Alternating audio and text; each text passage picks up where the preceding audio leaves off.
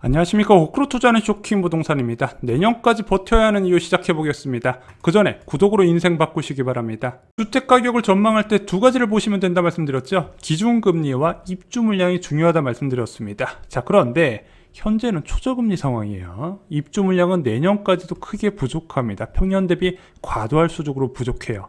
자, 그러다 보니까 시장 참여자들의 가격 상승 기대감이 굉장히 높은 상황입니다. 자, 이 심리는요, 수요와 공급에 절대적인 영향을 주고 있습니다.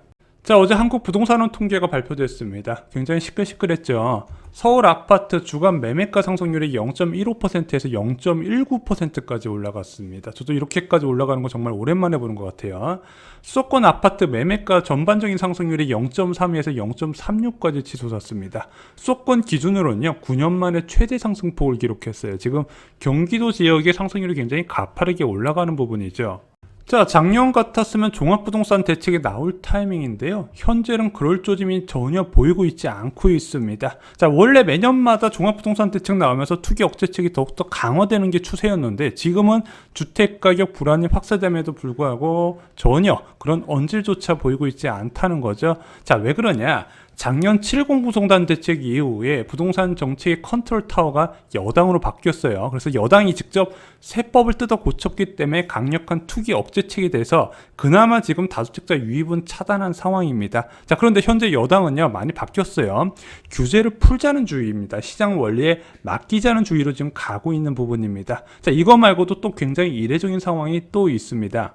자, 서울 지역 거래량이 지속적으로 감소하고 있는 상황입니다. 자, 지금 보면은 2월 달부터 5천 건 이하 거래량이 5개월째 유지가 되고 있어요. 자, 이게 2018년이나 2019년 초반 같았으면요, 자, 재건축부터 가격이 급락하고 일반 아파트까지 상당히 조정받았을 거래량이에요. 자, 그런데 지금은 계속 신고가 행진이 이어지고 있죠. 자, 매도자가 어떻게 생각을 하고 있냐, 이렇게 매도자 입장에서 생각을 해봐야 돼요.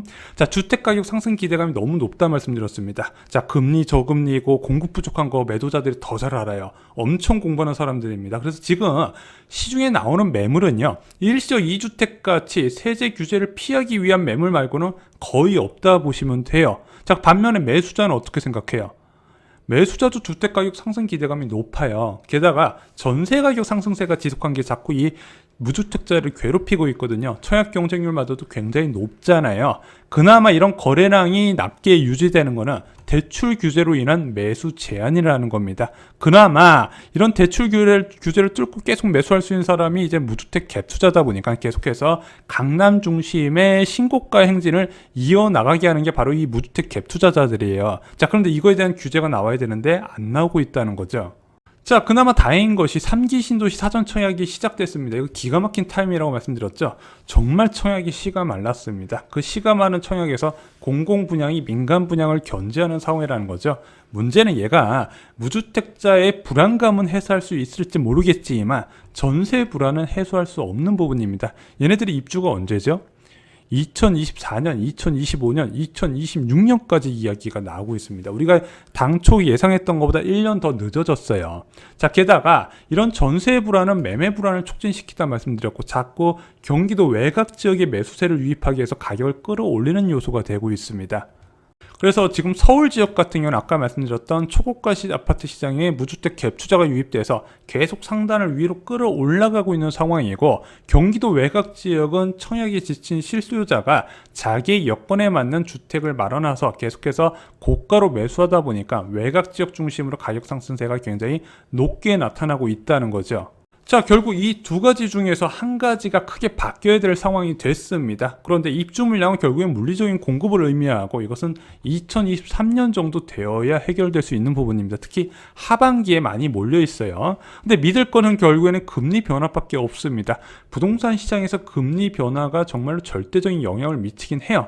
그나마 다행인 것이 이준환 은행 총재가 최근에 금융 불균형에 대한 우려와 장기적으로 저금리가 지속될 거란 믿음에 거시적인 이제 부채 억제 정책이 전혀 먹히고 있지 않아서 금리를 바꿔야 된다. 코로나 변수가 있지만 이것은 정부의 재정 정책을 통해서 진행하겠다고 언급을 했던 부분입니다. 그래서 설령 올해 2차례 올린다 해도 11월 25일이에요.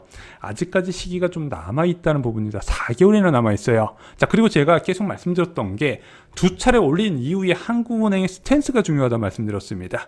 추가 인상 가능성을 언급하면요, 상승은 멈출 거예요. 왜? 2차례 올리게 되면 일단 금리가 바뀌는 게 눈에 보이고 있잖아요. 여기에 2차례 올려서 시장이 뭐 영끌 투자자 어쩌냐, 뭐 패닉 바잉 어쩌냐 이런 얘기 나오면은 심리가 좀 위축되는 상황에서 한국은행에서 추가 인상 가능성이 있습니다. 이렇게 이야기하면은 당연히 위축될 수밖에 없어요. 아까 말씀드렸던 매도자와 매수자를 흔드는 심리가 위축되는 상황이 펼쳐질 수 있다는 겁니다. 금리로. 문제는 지금 이주랑 은행 총재나 시장에서 한두 차례 인상 이후의 이야기는 전혀 안 하고 있어요. 자, 나는 2차례 올리고 나서 시장을 좀 관망했다. 중립적인 스탠스를 취하면 이게 또 골치가 아픈 거예요. 자, 왜냐면은 기준금리가 1.0%가 되면 부동산 시장이 과연 확 바뀔까? 자, 예금금리가 얼마나 올라갈까요? 현재 0.7에서 한 1.3, 1.4까지 올라갈 수 있을 겁니다. 5억 예금 이자가 350만 원에서 650만 원입니다. 이 650만 원 이자 소득세 떼면요, 월로 따지면 5, 60만 원 돼요. 전세 놓는 사람들 입장에서는 이자 받는 것보다요, 반전세나 월세로 내는 게 훨씬 이득입니다. 전세 시장의 구조적인 변화는 아니에요. 또 하나, 전세자금 대출도 2.4%에서 3%인데 100만 원에서 125만 원 이자 올라갑니다. 근데 사람들 그 정도는 감당할 수 있어요. 주택담보대출 금리도 그렇게 크게 바뀌지는 않는다는 겁니다. 여전히 1.0%라는 기준금리는 부동산 시장에 우호적이라는 거죠. 자, 문제는요, 기준금리 변화 수준을 아무도 예상할 수가 없다는 겁니다. 자, 내년부터 기준금리가 중장기적으로 올라갈 거다, 이렇게는 예상할 수 있는데, 자, 어느 수준까지 올라간다? 아무도 몰라요. 왜? 한국은행은 금리 인상을 위한 가이던스가 없어요. 자, 어느 통계 지표가 이 정도 달성하면 지속적으로 올리겠다. 야, 그러면 이 지표만 어떻게 될 건지 분석을 하면 되잖아요. 자, 그러면은 실질적으로 소비자 물가 상승률이 내년에 2.5%, 2.6% 된다 해서 한국은행에서 바로 기준금리를 올릴까 안 올릴까 모른다는 거예요. 왜? 성장률과 물가, 고용, 금융 불균형 등을 종합해서 한국은행이 그때그때 결정하고요. 그 당시에 지표가 나와봐야 할 수 있다는 겁니다. 게다가 경제 불확실성 부분, 그리고 다른 금융 충격 같은 부분도 같이 봐야 된다는 거예요. 어떤 금융 충격? 예를 들어 뭐 중국에서 뭐 부채 문제로 뭐 금융 위기가 발생했다. 이런 부분은 다시 또 저금리로 또 정책으로 전환할 것이고, 사건 사고가 없이 경제가 좋은 상황이 내년까지 지속적으로 이어지면서 약간 과열 양상을 보여야 부동산 시장에 문제가 될 정도의 급격한 금리 인상이 나올 수가 있다는 거예요.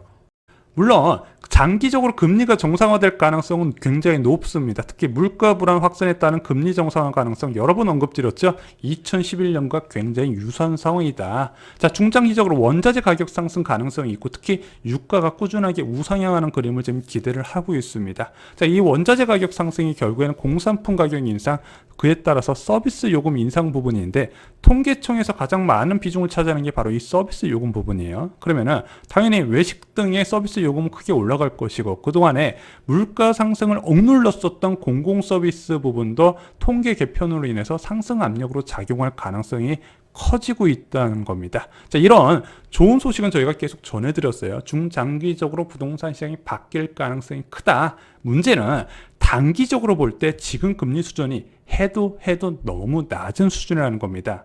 자, 당장이 폭락을 기다리면 쉽게 지치는 상황입니다. 아파트는 다른 자산에 비해서 가격 하락에 대한 저항이 유난히 강합니다. 자, 여러분들 옛날 생각해 볼까요? 2006년에 강남 지역이 고점을 찍었죠. 그리고 수도권 아파트는 2008년 초반까지 고점을 찍고 그 이후에 우하향 추세가 들어갑니다. 금융위기 때 제외하고는 바닥 찍는데 6년 가까이 시간이 소요가 됩니다. 금리 1.25% 된다고 하루 아침에 폭락하지는 않습니다. 단 상승은 제한할 수 있겠죠. 그렇다고 그것이 바로 폭락으로 이어지지는 않는다는 겁니다. 저희가 여러 번 말씀드렸죠. 진짜 폭락은요, 여러 변수가 종합적으로 작용해야 된다. 장기간 거래 급감 이후에 금리 인상과 입주 물량 증가가 겹쳐야 된다는 거죠. 2019년 상반기를 생각하시면 될 것 같습니다. 그래서 제가 계속 강조드린 게, 앞으로 금리가 얼마나 오를 거냐, 당장 올해 몇 번 오를 거냐, 내년에 몇 번 오를 거보다도 제일 중요한 것은 2023년 당시의 기준금리가 제일 중요하다는 겁니다.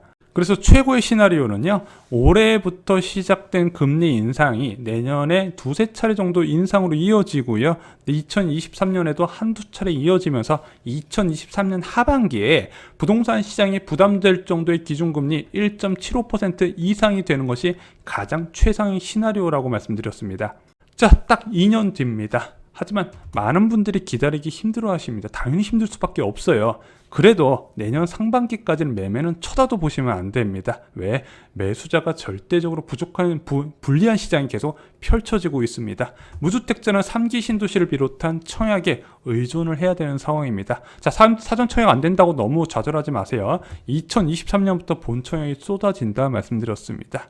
청약 제도를 정확하게 이해하시고요. 당첨 가능성이 낮다면 이사 전략을 꼭 활용하시기 바랍니다. 청약은 1승만 하시면 됩니다. 그때까지 기다리시면 되고요. 서울 아파트 투자나 실수요 같은 경우는요, 저는 2023년 상반기나 하반기를 말씀드리는데, 기왕이면 하반기가 좋은 환경이 될 것이다. 지금 감히 예상하기는 쉽진 않겠지만 지금 여러 여건들이 그렇게 맞춰져 가고 있다는 부분을 정리를 드립니다. 자, 수도권 아파트 가격 급등 소식을 전해드리면서 여러분들이 많이 힘들어하신 분이 계실까봐 오늘 영상을 제작해드렸습니다. 자, 부동산 가격을 다시 폭락시키기에는 기준금리가 너무 낮다는 암울한 상황 좀 전해드렸지만 절대 지금은 매수 시점이 아니고요. 지금 무주택자분들이 어떻게 전략을 세우셔야 되는지 오늘 좀 정리를 드렸습니다. 좋아요, 구독, 공유 꼭 부탁드립니다. 감사합니다.